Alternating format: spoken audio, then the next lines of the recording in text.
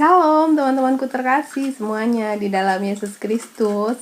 Aku mau tanggapin komen dari saudara kita ya di channel YouTubeku nih. Lucu.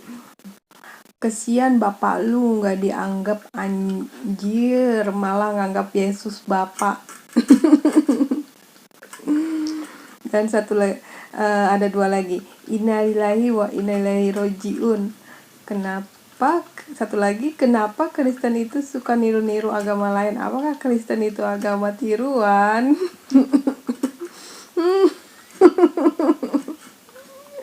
Lucu komen-komennya, karena kurang tahuan mereka ya teman-teman. Ya teman-teman, kalau kita berpikir atau kita cerna secara kedagingan kita, saat di komen seperti ini, kasihan bapak lu gak dianggap malah nganggap Yesus bapak. Pasti akan sedih ya untuk para murtadin. Pasti akan langsung sedih dan berpikir ya seperti itulah, karena kedagingan kita ya yang bicara. Karena aku juga sempat seperti itu, tetapi kembali lagi kita sudah berbeda, kita bukan dari dunia ini lagi, dan cara berpikir kita adalah cara berpikir seperti yang Tuhan mau ya. Aku akan paparkan firman Tuhannya untuk menguatkan bila mendapat komenan seperti ini, entah dalam virtual atau di dalam internet seperti ini ya, di dalam dunia medsos. Kita memanggil Allah atau Tuhan Yesus, di mana di dalam Yohanes 10 ayatnya 30 yang dikatakan, Aku dan Bapa adalah satu, dan aku di situ adalah Tuhan Yesus, dan Bapa di situ adalah Allah. Jadi Yesus dan Allah adalah satu. Jadi kita memanggil Allah atau memanggil Tuhan Yesus dengan sebutan Bapa. Pertama-tama karena Tuhan Yesus sendirilah yang mengajarkannya ketika para rasulnya bertanya bagaimana cara berdoa, maka Kristus mengajarkan doa Bapa kami ya. Tuhan Yesus mengajarkan doa Bapa kami di dalam Matius 6 ayatnya 9 sampai dengan 13 dan Lukas 11 ayatnya 2 sampai dengan 4. Dan dengan demikian memanggil Allah sebagai Bapa. Sebelumnya dalam khotbah di bukit, Yesus mengajarkan agar kita berusaha untuk hidup sempurna, sama seperti Allah Bapa yang di sorga adalah sempurna ya. Matius 5 ayatnya 48, seperti itu. Jadi berbahagialah untuk kita semua para pengikut Kristus ya. Kita memang betul-betul berbeda karena kita yang sudah dekat gitu ya, dekat dan bisa mengetahui pikiran Allah ya. Setidaknya semuanya itu karena tuntunan Allah, hikmat Allah ya, hikmat Tuhan dari Tuhan Yesus. Dengan kita gemar membaca Alkitab, otomatis dengan sendirinya Roh Kudus akan selalu melingkupi kita untuk kita dapat menyelami apa kehendak Allah, seperti itu ya. Dan juga selanjutnya layak kita sadari bahwa kita dapat memanggil Allah sebagai Bapa ya, manggil Tuhan Yesus dengan sebutan Bapa, sebab kita telah diangkat oleh Kristus menjadi saudara atau saudarinya ya, melalui pembaptisan. Oleh sebab itu kita dapat memanggil Bapa sebagai Aba, Bapa. Dalam Roma 8:15, Galatia 4 ayat 6 ya. Mengapa disebut menjadi saudara dan saudarinya Tuhan Yesus karena Tuhan Yesus waktu turun ke bumi menjadi sama dengan kita manusia ya. Jadi ibaratnya sesama manusia kita menyebutnya saudara-saudari gitu ya. Tetapi setelah Tuhan Yesus terangkat ke surga, jelas Tuhan Yesus adalah Allah itu sendiri. Dan 2 komen lagi nih teman-teman, inna lillahi wa inna ilaihi rajiun. Siapa yang udah meninggal? Oh iya sih, karena aku udah kembali ke Allah yang benar, yaitu Tuhan Yesus Kristus. Gak apa-apa lah dibilang kayak gitu, inna lillahi wa inna ilaihi rajiun.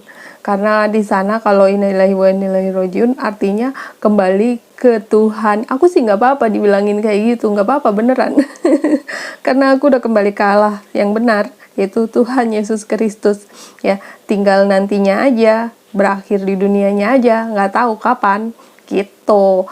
Emangnya kalau masih di sana, masih jadi umat sana, takut dibilangin kayak gitu dan bahkan marah dibilangin kayak gitu.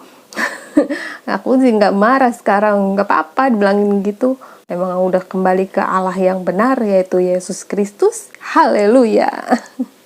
Terus satu lagi nih, saudara-saudara. Kenapa Kristen itu suka niru-niru agama lain? Apakah Kristen itu agama tiruan?